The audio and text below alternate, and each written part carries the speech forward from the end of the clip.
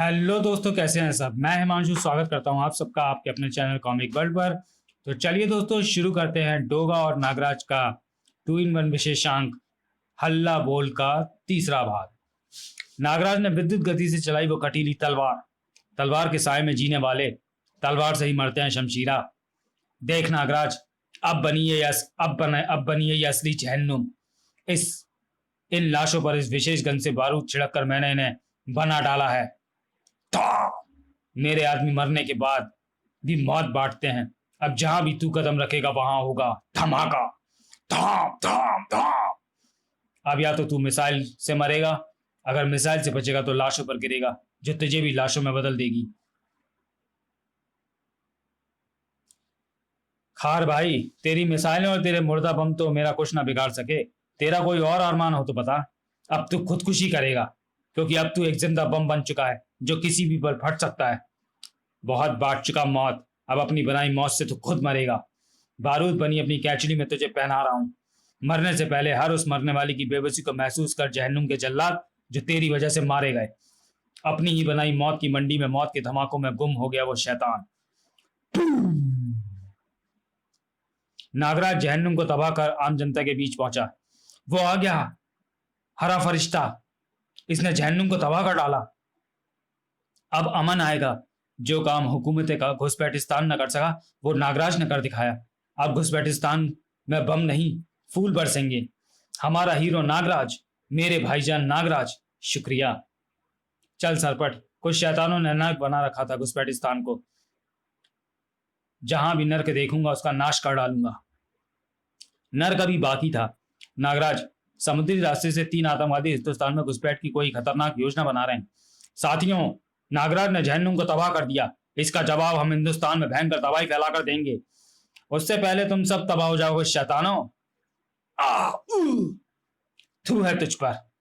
काले इल्म का इस्तेमाल करके तूने जहन्नुम को तबाह कर डाला। इसे बहादुरी नहीं, बाजीगरी कहते हैं। हमें देख, हम जंग लड़ने के लिए काले इल्म का नहीं, अपनी हिम्मत और ताकत का इस्तेमाल करते हैं। दुश्मन को उसके घर में घुसकर मारते हैं। या फतेह पाते हैं या शहादत। ओ नागेश, उसे छोड़ दो। नागराज के मन पर चोट की थी शेर खान ने। लगता है हमारे शेर खान की गुर्राहट से डर गया। हमारा शेर खान शेरों को गुलाम बनाने का हुनर रखता है, फिर ये चूहा क्या चीज है। तू समझता है यदि नागराज ना हो तो तुम घुसपैठे हिंदुस्तान में जो चाहो वो कर लोगे। तूने मुझे नहीं, हिंदुस्तानी खून को ललकारा है। सुना है तू शेरों को गुलाम बनाने का हुनर रखता है। सिर्फ एक हिंदुस्तानी कुत्ते को गुलाम बनाकर दिखा, ये नागराज तेरी जिंदगी भर गुलामी करेगा। शेर खान शेर पालता है, कुत्ते नहीं। हिंदुस्तान का कुत्ता भी शेर होता है शेर खान। नागराज तुमसे वादा करता है, तुम 30 के मुकाबले सिर्फ एक हिंदुस्तानी उतरेगा मैदान में। छुप कर पीठ पर वार करने वाले धोखेबाजों, मैं तुम्हारी घुसपैठ की खबर एक हिंदुस्तानी को दूंगा। उसके जिस्म में खून की जगह बारूद बहता है। इतना बारूद कि तुम्हारे पूरे घुसपैठिस्तान में इतना बारूद नहीं होगा। देने तो तुम्हें मौत आया था, पर अब दुआ करता हूं कि तुम हिंदुस्तान की सीमा में जिंदा पहुंच जाओ और अपनी गलतफहमी को दूर करो। गलतफहमी तो तेरी दूर हो जाएगी जब हम हिंदुस्तान में घुस जाएंगे। अच्छा शैतानों, खुदा खैर करे। यह तो नहीं कह सकता कि फिर मिलेंगे। चलता हूं, चल सरपट। देश की आर्थिक राजधानी मुंबई 24 घंटे जागकर पूरे भारतवर्ष के आर्थिक विकास में अपने खून पसीने से आर्थिक वृद्धि में सहयोग देती है। मुंबई का बाप डोगा रातों को जागकर मुंबई को पहरा देता है। उसका साथ देते हैं उसके वफादार साथी armour, sniper, eraser, katana, titanium, sprinter, super sniffer, dogma, dog star, ट्रोगा। 26/11 के रियल हीरो हो तुम। निर्दोष लोगों को बचाते हुए तुम लोगों ने गोलियां खाई, अपना शरीर गंवा दिया, पर जज्बा नहीं। आर्मर, तूने गोलियां चलाते आतंकवादी पर हमला बोल दिया। तेरा शरीर छलनी हो गया, लेकिन फिर भी उसकी कलाई तूने चबा डाली। दरिंदे को देखकर तू भी मेरी तरह जुनूनी हो जाता है। और तू कटाना, भीड़ पर फेंका हैंड ग्रेनेड ही उठा ले गया, जबड़ा गवा दिया तूने। डॉग स्टार, तूने भी गजब का दुस्साहस दिखाया। तू तो हैंड ग्रेनेड और एक बच्चे के बीच में कूद पड़ा। धमाके में अपनी आंखें खो दी तूने, लेकिन बच्चे को बचा लिया। स्प्रिंटर, तूने बेदम होने तक आतंकवादियों को दौड़ाया। उन्होंने तेरा शरीर गोलियों से बीन दिया, लेकिन तू उनकी गोलियां खत्म होने तक उन्हें दौड़ाता रहा। और ड्रोगा, तू आग में ही कूद पड़ा। जलती बिल्डिंग से तूने 3 लोगों को बचाया। अपने शरीर का बलिदान दे दिया, लेकिन जुनून ने दिमाग को मरने न दिया। तुम सभी तड़प रहे थे, लेकिन इंसानी जिंदगी के प्रति तुम्हारी वफादारी तुम्हें मरने नहीं दे रही थी। मैंने तुम सभी के जुनून को जिंदगी दी, तुम्हें मशीनी अंग दिए, जिससे कि इस दुनिया में वफादारी जिंदा रहे। आज तुम सभी सुपर डॉग्स हो। किसी का जबड़ा मशीनी है, किसी की थूथन, किसी के पंजे तो किसी का पूरा जिस्म। शेरू का तो केवल दिमाग जिंदा था, जो इस बाइक में लगा दिया गया, और शेरू बन गया ड्रोगा। तुम्हारे जिस्म की शहादत ने डोगा को बनाया दनादन डोगा। एक और एहसान जुड़ गया एक वफादार कौम का डोगा की जिंदगी से। मुंबई की शांति भंग करने वाले थर्रा जाएंगे जब निकलेगी डॉग 11। तभी डोगा के ट्रांसमीटर पर गूंजने लगे नागराज के स्वर। यहां शैतान कर रहे थे कहर बरसाने की तैयारी, जिनका नेतृत्व शेर खान कर रहा था। इमारत के चारों तरफ कुत्तों का पहरा है। ग्रर। तो ये है वो हिंदुस्तानी कुत्ते जिनको पालतू बनाने का चैलेंज दे रहा था नागराज। इन कुत्तों की औकात शेर खान के आगे चूहों से ज्यादा नहीं। अभी ये सब शेर खान के कदमों में लोट लगाएंगे, फिर चैलेंज के मुताबिक नागराज को करनी होगी मेरी गुलामी। कटीला चाबुक प्रहरियों को छू भी पाता एक आंधी सी उड़ाती ले गई। अरे ये क्या था? कुत्ते कहां गए? उन कुत्तों ने भी हमें देख लिया है। आओ हिंदुस्तानी मेमनो, शेर खान का चाबुक तुम्हारी खाल उधेड़ देगा। ओह, फिर वही आंधी। फिर हो गए कुत्ते और हवलदार गायब। शेर खान, 9 और खूंखार कुत्ते हमारी तरफ दौड़े आ रहे हैं। ये काफी खूंखार है, मैं गोली चला रहा हूं। गोली मत चलाना, अंदर सब अलर्ट हो जाएंगे।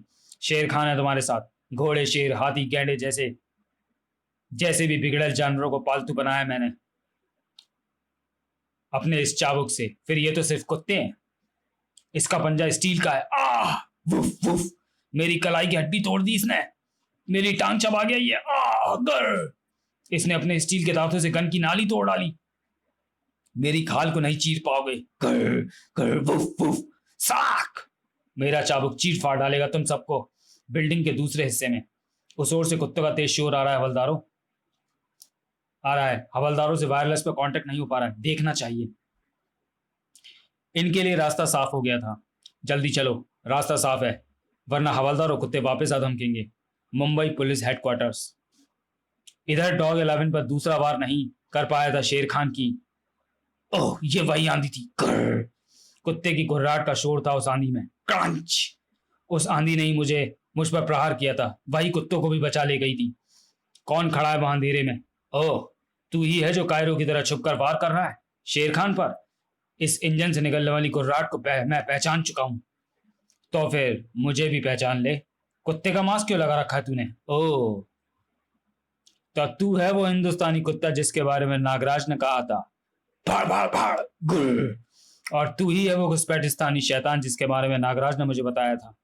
अब देख मैं कैसे तेजी से घूमते स्टाइल से तेरे चेहरे की शैतानियत खुरच कर वहां डरे हुए चूहे का चेहरा बनाता हूँ। भाड़ भाड़ भाड़, तुझे तो मैं कुत्ते की मौत मारूंगा। क्योंकि शेर खान शेर पालता है, कुत्ते नहीं। तेरी औकात भी नहीं कि तू कुत्ता पाल सके, वो भी हिंदुस्तानी। था तू सीमा पार करके इधर आ तो गया शेर खान, लेकिन अब डोगा तुझे जिंदगी की सरहद पार कराकर मौत की सीमा में भेज देगा। तुझे उधेड़ दूंगा डोगा, साख। मुंबई पुलिस मुख्यालय में ही घुस गए थे वो शैतान। शेर खान के शरीर में जैसे पूरे जंगल के शेरों की ताकत थी। थड़ क्रंच, था थड़। कहा है वो नागराज? आकर देखता क्यों नहीं कि मैंने उसके इस हिंदुस्तानी कुत्ते को पालतू बना ही डाला है। आ नागराज, इस हिंदुस्तानी कुत्ते की जान बचाने के लिए मेरे पैरों में गिरकर रहम की भीख मांग। पुलिस मुख्यालय के अंदर एक विशेष कक्ष में अंडरवर्ल्ड डॉन दादा एंटी टेररिज्म स्क्वाड के इस हेडक्वार्टर पर तुम्हारे ही साथियों ने तुम्हें छुड़वाने के लिए हमला किया है, लेकिन उन्होंने मौत के दरवाजे पर दस्तक दी है। वो यहां से जिंदा बचकर नहीं जा पाएंगे। तुम अपनी खैर चाहते हो तो कबूल करो कि तुम्हारा संबंध किसी आतंकवादी दल के अलावा घुसपैठिस्तान सरकार की खुफिया एजेंसी से भी है। तुम हमसे कुछ भी कबूलवा नहीं पाओगे अफसर, और ना ही हमें यहाँ रोक पाओगे। एक बार मैं यहाँ से छूट गया तो पूरी मुंबई में आतंक का ऐसा मंजर दिखाऊंगा कि तौबा बोल जाओगे। यह मुंबई पुलिस मुख्यालय है, यहां तक कोई नहीं पहुंच पाएगा। तू नहीं जानता ऑफिसर, जो यहाँ आए वो बलाएं हैं। अब मुंबई होगा तबाह। शेर खान डोगा के मुंह से तौबा बुलवाने को तैयार था। डोगा, बिगड़ैल जानवर को पालतू बनाने के लिए पीट पीट कर उसके ताकत का गुरूर तोड़ना बहुत जरूरी है। गुरूर टूटते ही शेर भी पिल्ला बन जाता है। तू घुसपैठिस्तान का शेर है, लेकिन इस हिंदुस्तानी कुत्ते को एक ही वार ने तेरा दम निकाल दिया। मान गया, हिंदुस्तान का कुत्ता घुसपैठिस्तान के शेर से ज्यादा ताकतवर होता है। शेर खान के मुंह से निकलने वाले वो अंतिम शब्द थे। उसी समय अंदर, दाद भाई, अब फिक्र मत करो, हम आ गए हैं घुसपैठिस्तान से तुम्हें छुड़ाने। यही तो योजना थी चीफ की कि नागराज के बदले अपने 5 आदमी देंगे, फिर अपने आदमी भेजकर तुम 5 को छुड़ा लेंगे। अब मुंबई का ही वो हाल करूंगा, वो आतंक बचाऊंगा कि इस देश का बच्चा बच्चा मेरे नाम से कांपेगा। मेरा सामान लाया लॉन्चर? हाँ भाई, ये लो। कमांडर पिशाचनी, हमारे सारे आदमियों को अलर्ट कर और तू हेडक्वार्टर पहुंच, मैं वहीं आ रहा हूं। डॉग 11 के कटाना ने अपने लोहे के दांतों से टाइटेनियम और स्टील के पंजों से डोगमा ने अपने जुनून से armour, sniper, eraser, sprinter, super sniffer और डॉग स्टार ने अपनी एकता की ताकत व जोर से शेष 4 आतंकवादियों की हड्डियां व मांस भभो डाले थे। डॉग 11 अपनी लड़ाई जीत चुकी थी, लेकिन मुजरिम भी कैद से आजाद हो चुका था। डॉग 11 पर हुआ एक और हमला। कसम तेजाब की, जो तेजाबी के रास्ते में आया उसे गला डालूंगा। डोगा ने देखी तेजाबी के तेजाब की ताकत। क्रंच, ओह, भाग! उसी समय मुंबई पुलिस मुख्यालय का मेन गेट तोड़ता हुआ ट्रक दंदनाता निकलता चला गया। ओह, इस ट्रक में जरूर आतंकवादी दाद को छुड़वा कर ले गए। तेजाबी मेरा समय खराब कर रहा है। 14 साल बाद तो दाद हिंदुस्तान की पकड़ में आया, वो फिर फरार हो जाएगा। 1993 के पीड़ितों के जख्म फिर हरे हो जाएंगे। दाद की सजा के लिए तड़पती उनकी आत्माएं तड़पती रह जाएंगी। डोगा ऐसा नहीं होने देगा। डोगा की गोली चीर नहीं पाई थी तेजाबी के शरीर पर चढ़े प्लास्टिक के खोल को। इस बार दाद को सजाए मौत जरूर मिलेगी। एक बार मेरे दुश्मनों ने मुझे तेजाब के ड्रम में गिरा दिया था। उसके बाद मैंने अपने शरीर पर यह प्लास्टिक का खोल चढ़ा दिया था, जो गोली और एसिड प्रूफ है। लेकिन क्या डोगा के गुस्से को झेल पाएगा तेरा ये खोल? देखा, यह है डोगा की गुस्सा गन, जो उसके गुस्से और जुनून को प्रलंकारी ऊर्जा में बदलकर दुश्मनों को खत्म करती है। आतंकवादियों, आओ डोगा की मुंबई में, भड़काओ उसका गुस्सा और फिर देखो उसके गुस्से का कहर कैसे राख बनाता है आतंकवादियों को। नहीं, फटाक! अगले ही पल 10 आतंकवादी सड़क पर पड़े तड़प रहे थे। डोगा ने 16 घुसपैठियों को नरक पहुंचा दिया। 19 अभी बाकी। नागराज की चुनौती का मान जरूर रखेगा डोगा के रहते मुंबई को नागराज की जरूरत नहीं पड़ेगी। दाद पहुंच चुका था अपने हेडक्वार्टर व्हाइट हाउस में। पिशाचनी, व्हाइट हाउस में आपका स्वागत करती है दाद भाई। तू तो मुझे भाई ना बोला कर पिशाचनी। 16 साल बाद मिली हो, फिर भी नकाब में। यह चिलमन हटा, हम तेरा चेहरा देखने को तरस गए। यह चेहरा पूरे विश्व के दिलों की धड़कन बन चुका है दाद भाई। इस पर दाग लग जाएगा। चेहरा भी जल्दी बेनकाब करूंगी, पहले मिशन कॉर्पोरेट ब्लास्ट तो सफल हो जाए। ओह, मिशन कॉर्पोरेट ब्लास्ट का नाम लेकर तो तूने हमारी सारी दीवानगी काफुर कर दी। सही कहा तूने। पहले हिंदुस्तान को सलाह दे, फिर जाम टकराएंगे। आप मुझे अपना प्लान समझाएं। मैंने दाद कंपनी के सभी फर्मा बदारों को अलर्ट कर दिया है। आपके आदेश की राह बड़ी बेसब्री से देखी जा रही है। विशाल, तुम्हें पता है कि दाद कंपनी के आदमी हमारे फर्मादार क्यों थे? क्यों वे हमारे आदेश पर किसी की भी जान ले लेते थे और अपनी जान दे देते थे? वो सभी आपकी इज्जत करते थे दाद भाई। नहीं पिशाचनी, वो डरते थे। उन्हें इस दुनिया का सबसे बड़ा डर था, मौत का डर। मैंने उन सभी के शरीरों के अंदर बम फिट कर रखे थे। ओह, तभी वो कभी आपका हुक्म नहीं टालते थे। गलत पिशाचनी, वो सभी दिलेर थे। अपनी मौत के डर को तो शायद जीत भी लेते, लेकिन मैंने उनके करीबी रिश्तेदारों के शरीरों में जो बम फिट किए थे, उनकी मौत के डर से कभी कोई नहीं जीत पाया। अब यही डर मिशन कॉर्पोरेट ब्लास्ट को सफल बनाएगा। ये 2000 लोग पूरी मुंबई में मौत का खेल खेलेंगे। अपनों को बचाने के लिए अपनों को मार डालेंगे। लेकिन किसी को मारने के लिए इनके पास हथियार कहाँ से आएंगे? हथियार? दाद भाई के लिए हथियार क्या समस्या है पिशाचनी? हथियार तो मेरा धंधा है, लेकिन इस मिशन के लिए मुझे अपने हथियारों का इस्तेमाल नहीं करना पड़ेगा। हिंदुस्तान के हथियारी हिंदुस्तानियों का खून बहाएंगे। वो कैसे दाद भाई? अच्छा सवाल है। ये सवाल ही तो इस मिशन की जान है। 26/11 के हमले के बाद हिंदुस्तान की नामचीन हस्तियां कॉर्पोरेट वर्ल्ड और बॉलीवुड होम मिनिस्टर से मिले। इस हमले में हिंदुस्तान की क्रीमी लेयर निशाना बनी थी। इन लोगों ने सरकार से अपनी सिक्योरिटी गार्ड्स को AK-47 गनों के लाइसेंस देने की मांग उठाई। सरकार ने इनके दबाव में आकर इनके लिए ये लाइसेंस खोल दिए। बड़ी संख्या में इन खतरनाक गनों की खरीदारी की गई। नए निशानेबाज गार्ड्स की भर्तियां हुई। अब हमारे शार्प शूटर से अच्छे निशानेबाज कहाँ मिलते। हमने अपने आदमियों को इन नौकरियों में भर्ती होने के लिए बोला। आज हर करोड़पति के घर ऑफिस पर हमारे आदमी AK-47 लिए उनकी सुरक्षा के लिए खड़े हैं। हाँ पिशाचनी, दाद कंपनी के फर्माबरदार शार्प शूटर्स आज लाइसेंस धारक सुरक्षा कर्मी बने बैठे हैं। आज हमारे निशाने पर है मुंबई का कारपोरेट वर्ल्ड और बॉलीवुड। हिंदुस्तान के आर्थिक ढांचे में 40% इनकम टैक्स मुंबई से जाता है। 60% कस्टम ड्यूटी मुंबई की इंडस्ट्री भरती है। इंडियन GDP का 50% मुंबई पैदा करती है। मुंबई का इंडस्ट्रियल आउटपुट देश का 25% है। दुनिया के टॉप 10 व्यावसायिक शहरों में से एक है मुंबई। दुनिया की हर बड़ी कंपनी का हेड ऑफिस मुंबई में है। क्या क्या गिनवाऊंगा पिशाचनी। ये समझ कि मुंबई का व्यवसायी वर्ग खत्म तो हिंदुस्तान खत्म। यही है मिशन कॉर्पोरेट ब्लास्ट। और ये होगा कल इन सभी लोगों ने सरकार को धन्यवाद देने के लिए एक समारोह का आयोजन किया है, जिसमें कॉर्पोरेट वर्ल्ड और बॉलीवुड की ये तमाम हस्तियां पहुंचने वाली हैं। यहीं हमारे आदमी ने मौत के घाट उतारेंगे। ये काम चुपचाप भी किया जा सकता था। उनकी नींद में भी उन्हें मारा जा सकता था, लेकिन बिना धमाके के मजा नहीं आता। एक साथ चली गोलियों से एक साथ निकली चीखों की गूंज दूर तक जाएगी पिशाचनी। घुसपैठिस्तान में बैठे मेरे आका भी सुनेंगे और अमेरिका के सिंहासन पर बैठे काफिर कांप उठेंगे। मैं तो कब से हिंदुस्तान आकर इस काम को अंजाम देने की फिराक में था, लेकिन कमबख्त मौका ही नहीं मिल रहा था। लेकिन भला उस बेवकूफ नागराज का जिसने हमारा काम आसान कर दिया। अब तुझे बस इतना करना है कि दाद कंपनी के फर्माबरदारों को कल शाम के लिए तैयार करना है। यू आर जीनियस दाद भाई। मैं अभी सभी को आदेश भेजती हूँ। मुंबई के सीने में ज्वालामुखी उबल रहा था और डोगा क्लूलेस मुंबई की खाक चाह रहा था।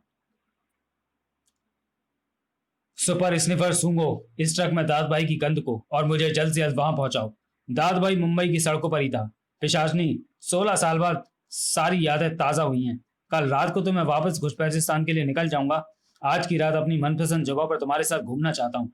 जरूर दाद भाई, आज रात मैं आपको पूरी मुंबई घुमाऊंगी। शंकर, धंधा कैसा चल रहा है? दाद भाई आप? अरे मैं तो धन हो गया दाद भाई। तो 2 प्लेट पाव भाजी बना। पाव भाजी के बाद दाद भाई पहुंचे बिल्लू चाय वाले के पास। दाद भाई ये लो आपकी स्पेशल चाय। अबे बिल्लू, यह सानिया की फिल्म कब रिलीज हो रही है? दाद भाई इसी हफ्ते रिलीज हो रही है। सुना है बहुत धांसू फिल्म है। तो चलिए दोस्तों, वीडियो को यहीं समाप्त करते हैं और मिलते हैं डोगा और नागराज के 2 in 1 विशेषांक हल्ला बोल के चौथे और अंतिम भाग में। तब तक के लिए धन्यवाद।